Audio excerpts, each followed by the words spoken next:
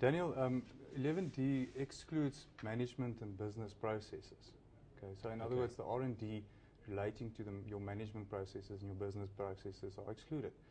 Give me an example of such a process. Well, that would be, for example, your distribution channels, yes. or your logistics channels and that sort of thing. Another example would be, for example, the Amazon.com patent, which is a very controversial patent. But they patented the one-click shopping method, where you don't.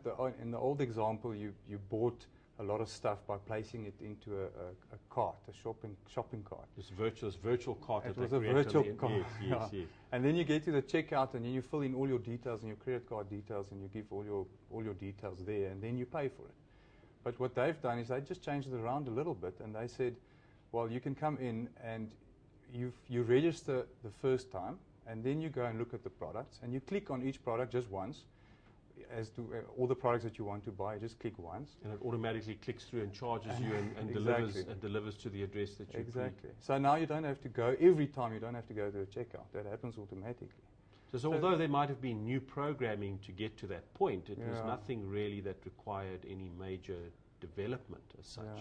Yeah. They obtained a patent for that. I think, look, it required some software development. Yes. But I don't think, if you really think about it, the question is it really patentable?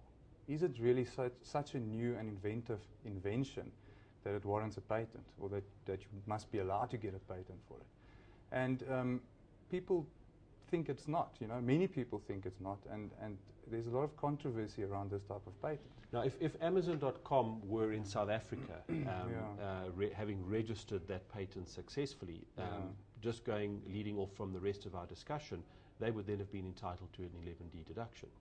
They would, because they did not for the actual patenting costs, though, but for the R&D, for the writing of that software to get to that new invention. But if I'm now XYZ software development company, and I've come up with a similar product, which has taken research and development, which I haven't patented or can't patent, of course I wouldn't be entitled to the 11D deduction.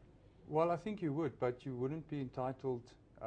11D encourages that sort of R&D with the intention to obtain a patent or a registered design or copyright. Okay. Yes. So your intention as the software company would be to obtain copyright in your eventual software. Okay. So I would go the copyright route as opposed to the patent route in that example. But then that would fall under 11D. But like I said, if that was also patented, like Amazon.com did, the patenting costs won't be deductible under 11D. Now, any other examples of second-tier innovations and how you would try and bring them within the ambit of 11D? Well, it is a bit difficult because 11D really excludes it. It excludes management processes. So that's really your second-tier innovation.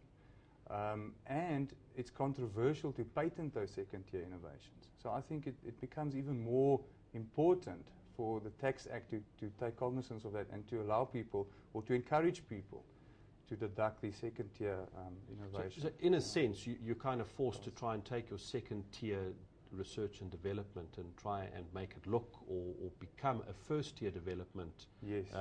Because in a different situation, the Amazon one-click could in fact be a business process development. That's really the point. It is definitely that. Amazon one-click patent is definitely a type of business method, and it's not encouraged under 11D. Okay, and it's also becoming more important to patent that type of invention. Yes. So I think for that reason, 11D it's more important for 11D to look at second-tier innovation. Karel, thank you so much for that very insightful information. For those of you who'd like to read more, please look out for the next edition of Tax Talk. A copy of this interview will be in that edition.